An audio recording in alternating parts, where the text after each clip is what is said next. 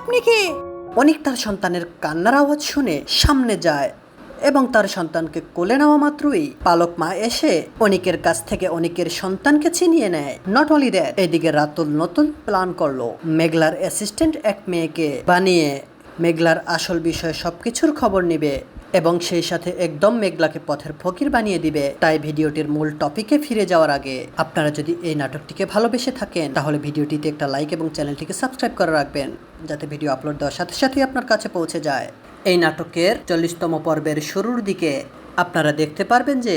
অনিক তার ছেলের কান্নার আওয়াজ শোনার কারণে তার মনের মধ্যে একটা টান হয় এবং সেই সাথে তার ছেলের সামনে গিয়ে তাকে কোলে নেয় এবং সেই মাত্রই অনিকের ছেলের পালক মা চলে আসে অনিকের হাত থেকে বাচ্চাটিকে ছিনিয়ে নেয়, যার কারণে অনিক মনে মনে ভাবতে লাগে এই বাচ্চাটিকে কোলে নিয়ে কেন আমার এমন অনুভূতি হলো। আমার বাচ্চাটি থাকলেও হয়তো এমনটা হতো, বিধাতা আমাকে এমন পরিস্থিতিতে না ফেলেও পারতেন। অনিক তখন এসব ভেবে ওখান থেকে চলে যাবে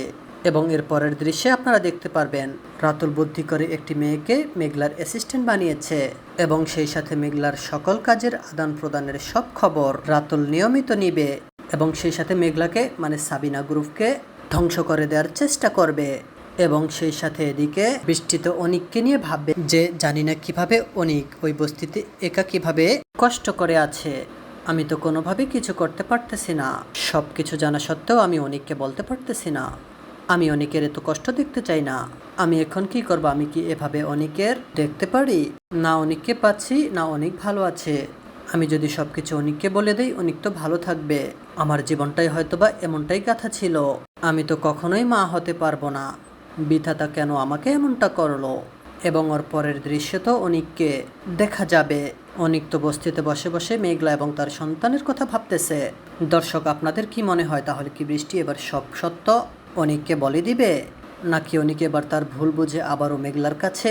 গিয়ে ক্ষমা চাইবে? সো দর্শক এমনটাই কিন্তু ঘটতে চলেছে। গাইজ আপনারা যদি এই ভিডিওতে 2000 লাইক কমপ্লিট করে দেন তাহলে গরিব ঘরের রাজপুত্রের সকল আপডেট পর্বগুলো এখানে আপলোড করা হবে।